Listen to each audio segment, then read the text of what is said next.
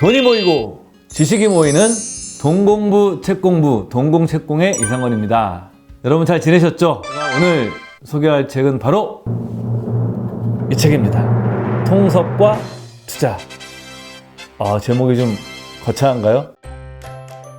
개인적으로는 이 책의 저자인 마이클 모브신, 현재 컬럼비아 대학교 경영대학원에서 투자론을 가르치고 있는 교수인데 매우 좋아하는 저자 중에 한 명입니다. 국내에서도 이 지적인 취향의 투자자들이 있습니다. 책도 많이 읽고 굉장히 분석적이고 지식에 대한 욕심 많으신 분들이 상당히 좋아하는 투자 이론가가 바로 통섭과 투자의 바로 주인입니다. 이 통섭이란 것은 몇 년 전에 우리나라에서도 굉장히 유행이 됐었죠. 이 통섭이란 말을 처음 꺼낸 인물이 사회생물학의 창시자라고 불리는 에드워드 윌슨 교수입니다. 이 앞에 에드워드 윌슨 교수가 쓴 통섭이란 책에서 한 얘기부터 딱 소개하면서 시작을 합니다. 균형 잡힌 전망을 하려면 개별 학문보다는 여러 분야의 통섭, 다시 말해서 지식을 통합해야 된다는 얘기죠. 또는 자연과학과 인문학을 연결하고 결합해서 세상을 보려고 노력해야 된다는 거죠. 통섭을 추구해야 한다. 이렇게 통합하는 과정은 쉽지 않겠지만 반드시 필요하다. 진리를 찾아낼 수 있는 지적인 방법이자 인간 본성에도 어울리는 방법이다. 부연하면 주요 연구 분야의 간극을 축소할수록 우리의 지식은 더 깊고 다양해질 것이다. 이 마이클 모브신 교수는 이 통섭을 통해서 여러 가지 학문들의 아이디어를 끌고 옵니다.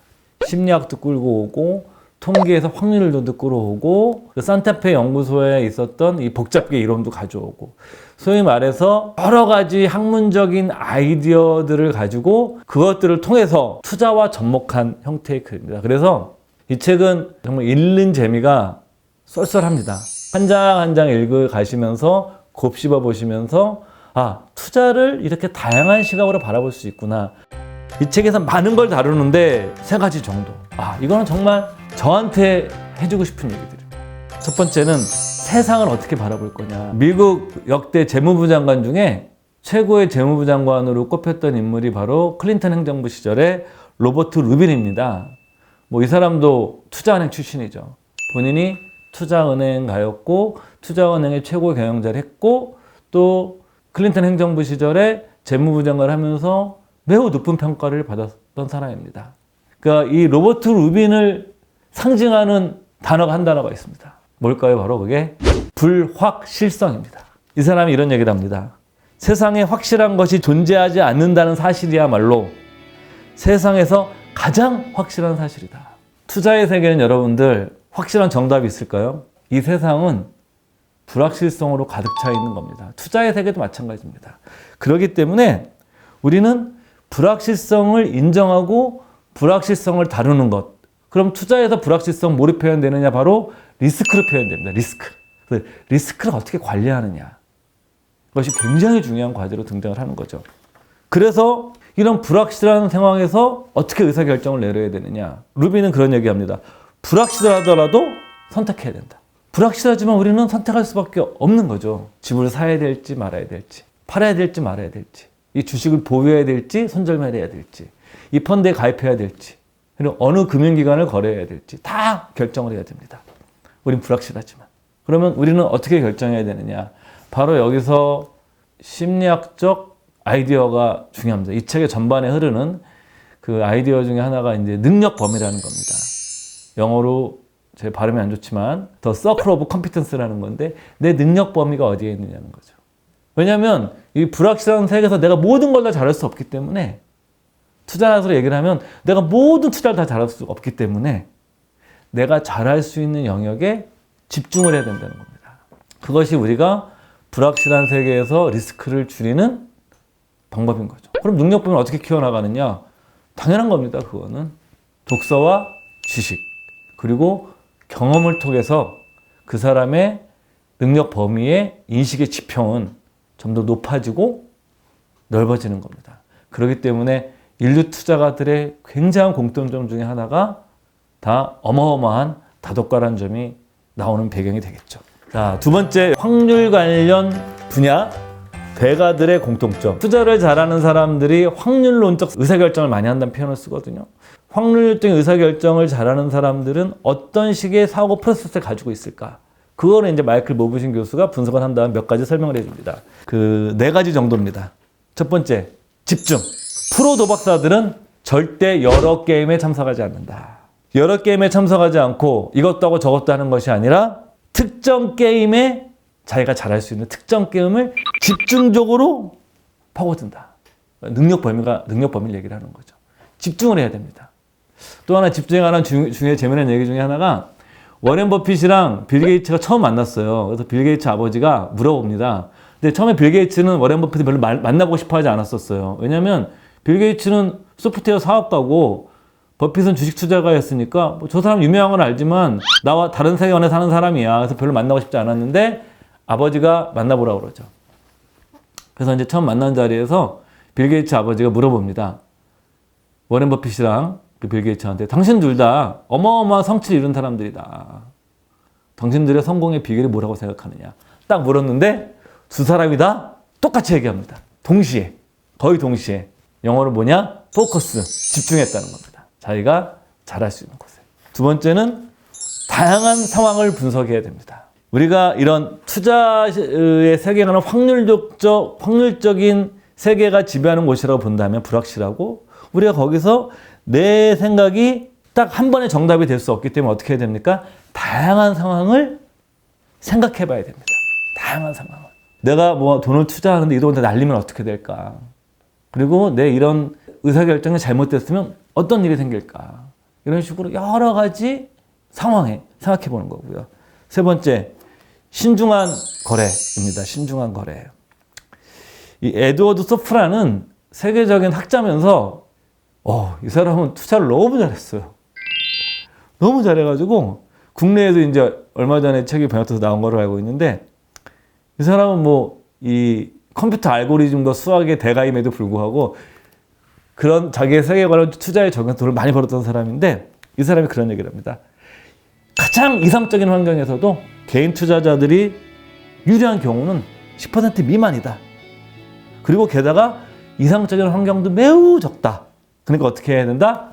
신중해야 된다. 확률이 굉장히 낮은 게임을 할 수도 있기 때문에 신중해야 된다. 그 다음에 네 번째, 거는 돈이 중요합니다. 거는 돈. 여러분들 우리가 뭐냐면은 투자에서는요 매번 투자할 필요가 없어요. 이 게임이 마음에 안 들면 안 해도 돼요. 우리 카지노 가면 내가 몇 판 해야 되지만 프로야구 선수라고 그러면 매번 내가 의무적 타석에 나가야 됩니다. 싫어도. 그렇지만 투자는 내가 안 하고 싶을 때 안 해도 돼요. 투자에서는 기대값이 불리하면 돈을 걸지 않아도 된다. 상황이 유리하다고 판단될 때만 공격적으로 걸면 된다. 따라서 투자는 확률 면에서 다른 게임보다 훨씬 유리하다. 물론 잘한다는 전제에서죠. 여러분들 투자할 때는요 묶어 놓으셔야 됩니다. 여러분은 여러분들 자신을 믿으세요? 나는 돈을 잘 벌 수 있는 사람이고 난 투자를 잘 할 수 있는 사람을 믿으십니까? 저는 저에 대해서 잘 못 믿는 편입니다. 제가 기자 생활도 한 10년 넘게 투자 분야에서 하고 또 투자회사를 다니면서 느낀 건데 너무 저보다 잘하는 사람들이 많아요. 그래서 저는 그렇게까지 자신감이 없어요. 근데 자신감이 없다 보니까 한 가지 좋은 점이 있습니다. 절대 대형 사고는 치지 않습니다. 많은 분들이 우리가 투자해서 대형 사고를 치는 거는요. 너무 내가 자신감이 강할 때 그리고 내가 너무 누구를 너무 강하게 믿을 때 그리고 어떤 정보에 대해서 내가 너무 지나치게 믿음을 줄 때. 예, 즉 지나친 믿음이 여러분들의 자산 관리에 인생에 치명타를 입히는 일이 제 생각엔 대부분입니다. 그래서 투자할 때도 한 번에 그냥 크게 세게 승부하고 싶어 합니다. 근데 별로 되지 않아요. 그럼 어떻게 해야 되느냐? 내가 이런 식의 욕망을 가지고 있다는 것을 알고 나를 묶어놔야 됩니다. 누구처럼? 오디세우스를 모방하십시오. 오디세우스는 유명한 그 사이렌과 관계된 인물이죠. 전쟁에서 승리를 거둔 다음에 고향으로 돌아가고 있는데 그 바다를 지나면 거기에 그 얼굴은 새 모양이고 몸은 사람 몸인 사이런이라는 그 괴수라고 얘기해야 되냐 아니면 신화적인 뭐 존재죠. 신화적인 존재가 있는데 그 노래를 들으면 너무 아름다워서 바닷물에 뛰어들고 싶은 충동을 참아낼 수가 없는 겁니다. 오디세우스는 그 사이렌의 소리를 듣고 싶었어요. 그래서 어떻게 합니까? 자기를 결박합니다. 자기를 돛대에 꽁꽁 묶고 자기 부하 직원들한테는 귀에다가 밀라부터 다 막아라.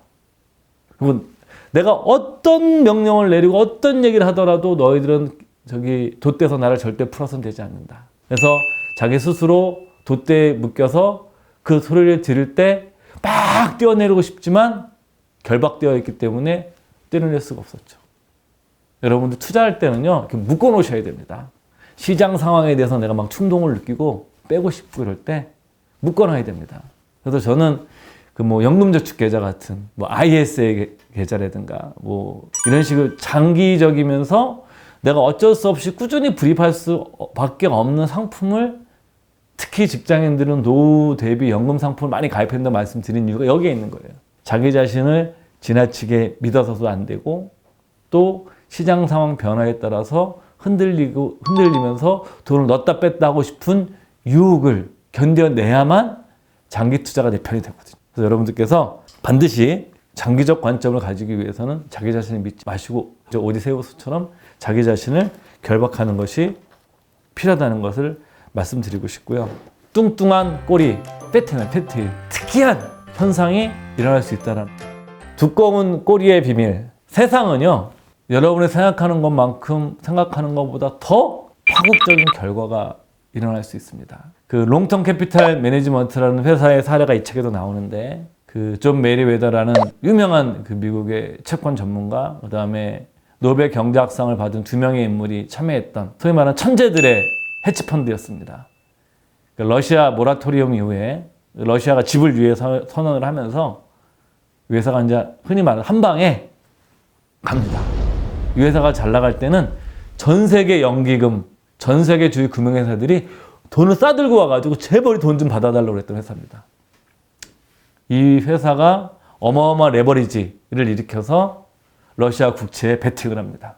그 한 번의 투자로 이 헤지펀드는 파산을 하고 역사의 뒤안길로 사라지게 됩니다. 그들이 분석했던 자기들이 실패할 확률은 인류 역사에서 거의 발생하기 어려운 확률이라고 합니다.